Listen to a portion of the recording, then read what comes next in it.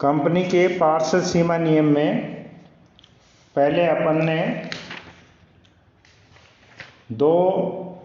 6 खंडों में से यानी 7 हो गए। अब नाम खंड अब राज्य या केंद्रीय कार्यालय या पंजीकृत कार्यालय के बारे में पढ़ा था।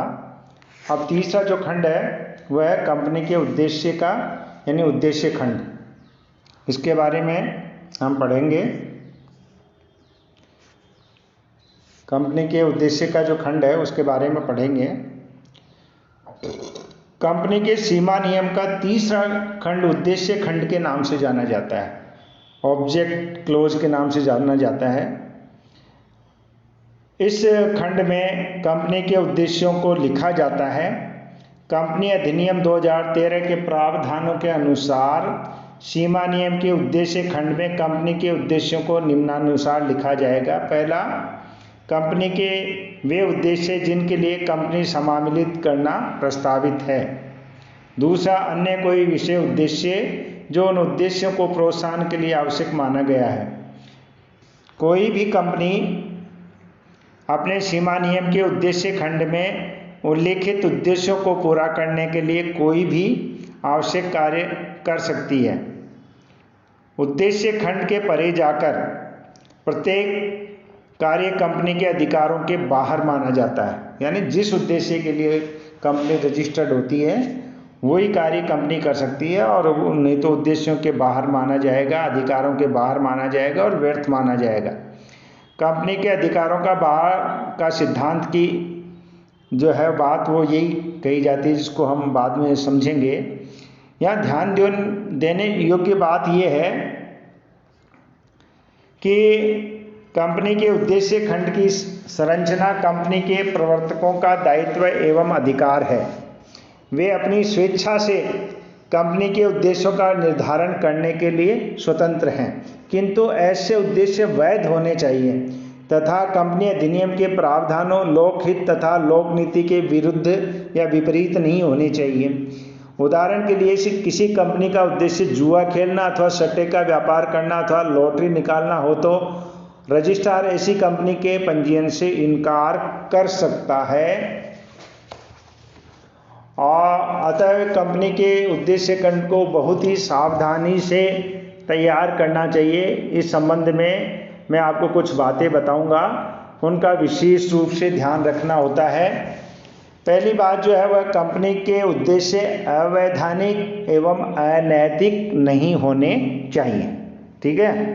दूसरा उद्देश्य है कंपनी के उद्देश्य कंपनी अधिनियम के विरुद्ध नहीं होने चाहिए, यानी कंपनी अधिनियम में जो नियम बताए गए हैं उनके विरुद्ध नहीं जाना चाहिए। तीसरा जो बात आती है ध्यान देने योग्य, कंपनी के उद्देश्य देश के सामान्य राजनियम के विरुद्ध नहीं होने चाहिए, यानी देश के कानून के विरुद्ध नहीं जाए।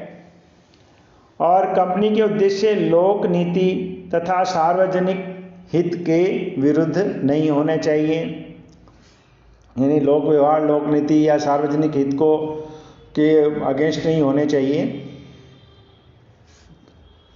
कंपनी की अगली बात जो ध्यान रखने होती है, कंपनी के उद्देश्य जो है वो स्पष्ट होने चाहिए। कंपनी के उद्देश्य खंड में कंपनी के अधिकार नहीं लिखने चाहिए। उद्देश्य खंड में नहीं आएंगे अधिकार, वो अपने आप ही हो गया कि जो उद्देश्य हैं वो उनके अंतर्गत अपना कार्य कर सकती है, उसको लिखने की आवश्यकता नहीं। जिस उद्देश्य के लिए कार्य अधिकृत की गई है वो उसके अधिकार अपने आप हो जाते हैं। उनमें से कुछ एक, अगली बात है उसमें कुछ एक चुने शब्दों एवं कानूनी भाषा का ही प्रयोग करना चाहिए जिसका उद्देश्य अनेक अर्थों में न समझा जा सके। यानी ऐसा नहीं हो, स्पष्ट होना जरूरी है, अनेक अर्थ न लिखे, कानूनी भाषा ही होनी चाहिए।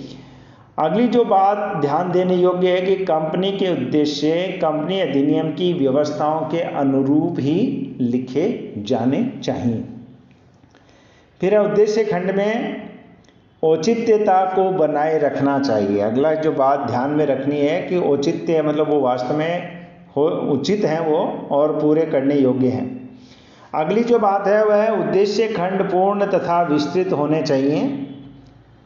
अगली बात यह है कि उद्देश्य खंड में न तो कठोरता और न लचर या अस्पष्टता ही होनी चाहिए, उसको उचित रूप से लिखा जाना चाहिए। फिर है कंपनी के उद्देश्यों को सकारात्मक नकारात्मक दोनों ही रूपों में लिखा जाता है।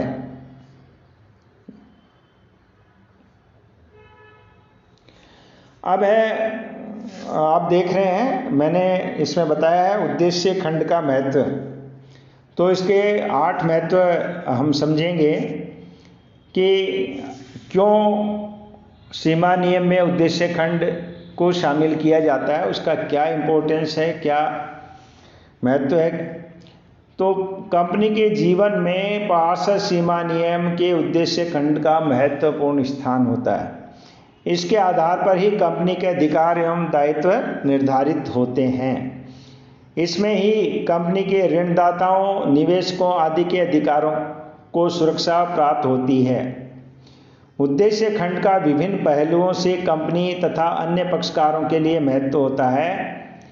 तो इसको हम महत्व के कुछ पॉइंट्स के आधार पर समझेंगे। पहला है कंपनी के उद्देश्यों का निर्धारण। कंपनी के उद्देश्यों का निर्धारण आप देख रहे हैं स्क्रीन पे।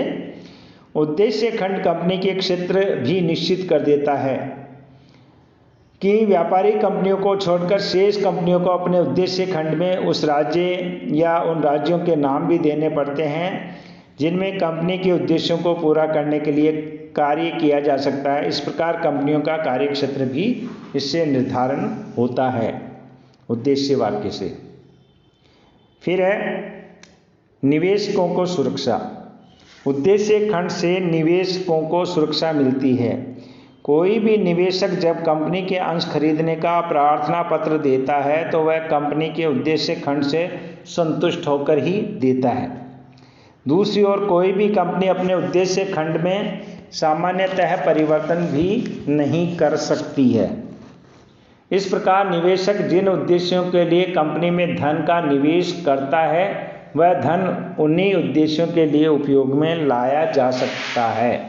अतः लाया जाता है और लाया जा सकता है। अतः निवेशक उन उद्देश्यों में धन लगाने की जोखिम को पहले से ही ज्ञात कर लेता है। उसको पता होता है कि कंपनी किस उद्देश्य के लिए बनाई गई है और उसमें कितना लाभ हो सकता है तथा अपने धन को उसी कंपनी में लगाता है जहां उसे धन को सर्वाधिक सुरक्षा प्राप्त हो सकती है। इस प्रकार कंपनी के अंशधारी को उद्देश्य खंड से सुरक्षा मिलती है। फिर है ऋणदाताओं को सुविधा। समान बात ही है। चौथा पॉइंट आप देख रहे हैं उद्देश्य खंड में कंपनी के ऋणदाताओं को भी सुरक्षा प्राप्त होती है। वे उद्देश्य खंड के आधार पर पहले ही यह ज्ञात कर लेते हैं कि उनके द्वारा उपलब्ध किया जाने वाला धन किन किन उद्देश्यों की पूर्ति के लिए उपयोग में लाया जाएगा तथा उसमें कितनी जोखिम होगी।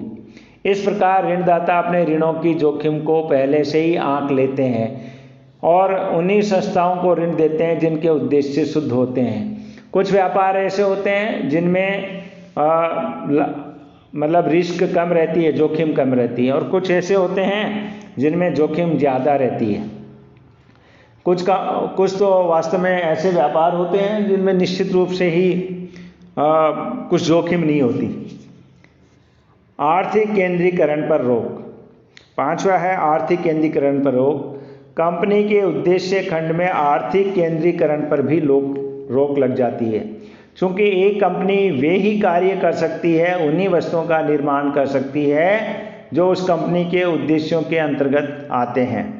कंपनी अपनी स्वेच्छा से अपने उद्देश्य खंड से बाहर बढ़ नहीं सकती है। इसके कारण किसी एक कंपनी के पास आर्थिक केंद्रीकरण नहीं हो पाता है।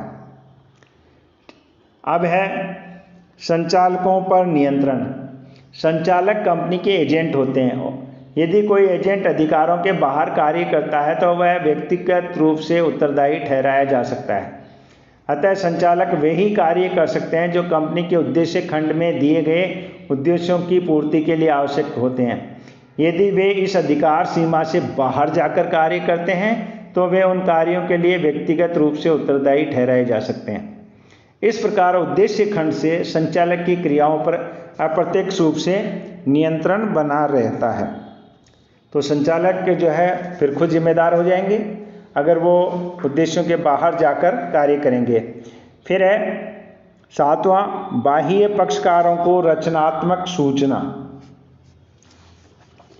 पार्षद सीमा नियम एक सार्वजनिक प्रलेख है।